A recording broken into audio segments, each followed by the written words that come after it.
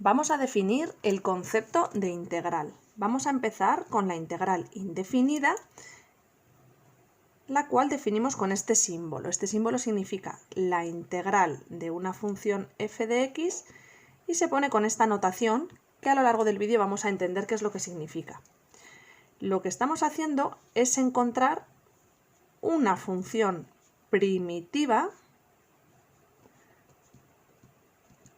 de la función original, es decir, hacer la integral indefinida de una función f minúscula de x diferencial de x es encontrar una función f mayúscula de x que sea primitiva. ¿Y qué significa primitiva? Significa que la derivada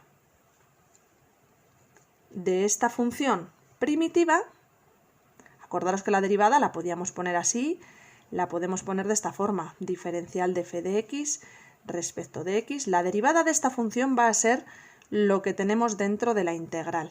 Fijaros que aquí tenemos una c. Esta c es un número real, porque acordaros que la derivada de c, la derivada de una constante es 0, es decir, la derivada de toda esta función será directamente lo que hay aquí dentro. Vamos a recordar, antes de seguir con esto, vamos a recordar en el concepto de derivada que utilizábamos algo que se llamaba diferencial, que es esto que ponemos aquí. Si tenemos una función, acordaros que teníamos la tasa de variación media, que no era más que el incremento de y en un tramo, que en este caso se correspondería con este trozo de aquí, el incremento, ¿vale? El incremento o variación de la variable dependiente y con respecto al incremento de la variable x. El incremento de y entre el incremento de x, fijaros que este incremento de x es lo que va desde un valor x1 hasta un valor x2. Esta será la y sub 1, o lo que es lo mismo, la f de la x1, el valor de la imagen de esta x, y este punto de aquí será y sub 2, o lo que es lo mismo, la imagen de la abscisa x sub 2. ¿Vale? Entonces la tasa de variación media es este incremento entre este incremento, que como recordaréis es la pendiente de la recta secante. Secante es aquella recta que corta a la función en dos puntos. Esta de aquí en dos o más puntos. Sería la recta secante. Estamos hoy con los bolis que no quieren pintar. Esta de aquí sería la recta secante.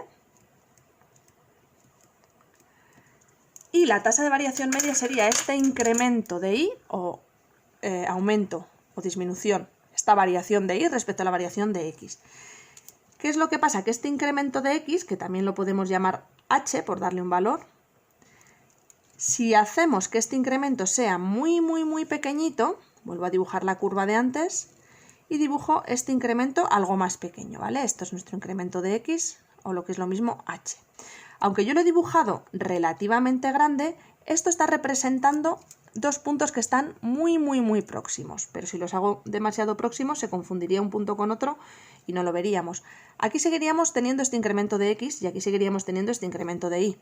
Si este es x1, este también va a ser f de x1, la ordenada correspondiente a esta abscisa en esta función f de x. Y del mismo modo esto sería f de x sub 2, la imagen de x sub 2.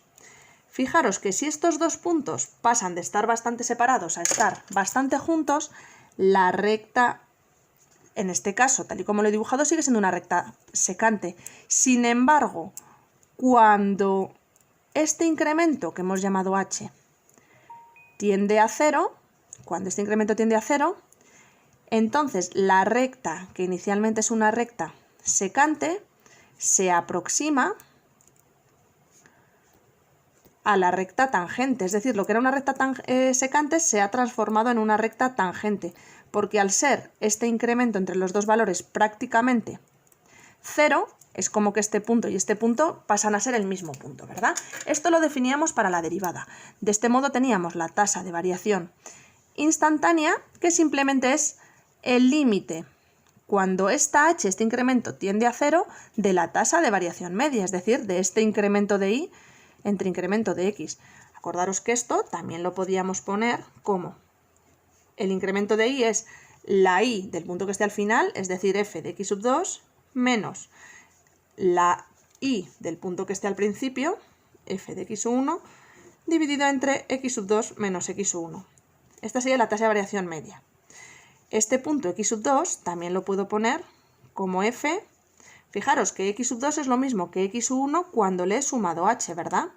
Pues f de x sub 2 será f de x sub 1 más h, menos f de x sub 1 partido.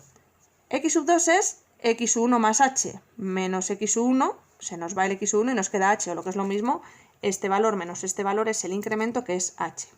Esta era la tasa de variación media. Pues la tasa de variación instantánea va a ser el límite, como hemos dicho, cuando h tiende a 0, de este incremento, de este cociente incremental, es decir, de f de x sub 2 menos f de x sub 1 partido x sub 2 menos x sub 1, o lo que es lo mismo, el límite cuando h tiende a 0 de f de x sub 1 más h menos f de x sub 1 partido por h. Con esto definíamos la tasa de variación media como la derivada de la función en el punto x sub 1, porque hemos dicho que en este caso el x sub 2, que es x sub 1 más h, como h tiende a 0, x sub 2 se confunde con x sub 1, pasan a ser el mismo punto y por eso tenemos la pendiente de la recta tangente, que era lo mismo que la derivada de la función con respecto a x.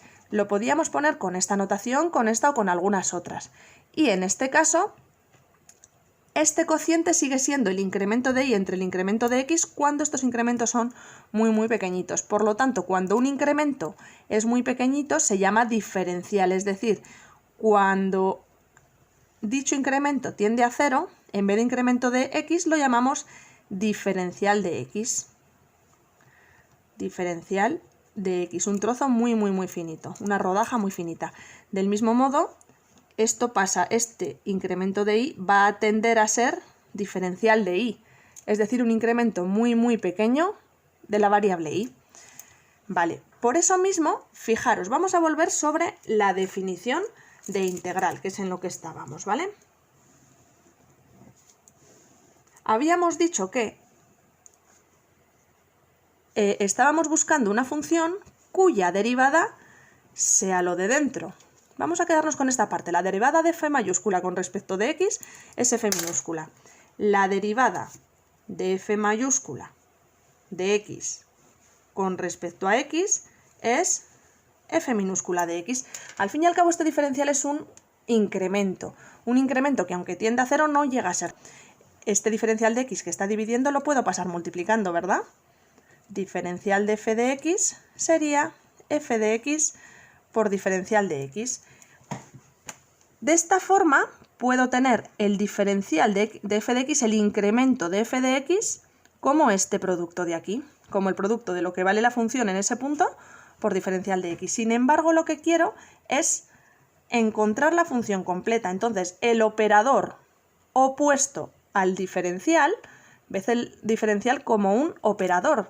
Tengo una función y me cojo un trocito de esa función, pues el operador opuesto es la integral. Si hago la integral a ambos lados de esta igualdad, la integral de diferencial de x será igual a la integral de f de x por diferencial de x. Como hemos dicho que la integral y el diferencial son operadores opuestos, igual que hacemos con el producto y el cociente o con la suma y la resta, cuando tenemos dos consecutivos que afectan a todo, pues decimos se nos va. Es algo así como que si hacemos la integral y el diferencial me queda directamente este f de x. Pues este f de x será la integral de f de x por diferencial de x. Aquí no puedo decir se me va, porque el diferencial no está afectando a todo lo de dentro. Sí, aquí. Y fijaros que hemos llegado a lo mismo que habíamos puesto aquí. F de x es una primitiva de f de x por diferencial de x. De este modo, es una primitiva. Pero diréis, ¿y por qué aquí había una c? Pues porque esta es una de las infinitas primitivas. Pero si a esta función le sumo un número cualquiera, sigue siendo primitiva de esta función que tenemos dentro, porque la derivada de una función y la derivada de esa misma función más 7, por ejemplo, más una constante, va a ser el mismo número, puesto que la derivada de una constante es 0. De este modo hemos definido el concepto de integral. En el próximo vídeo vamos a ver cómo calcular integrales.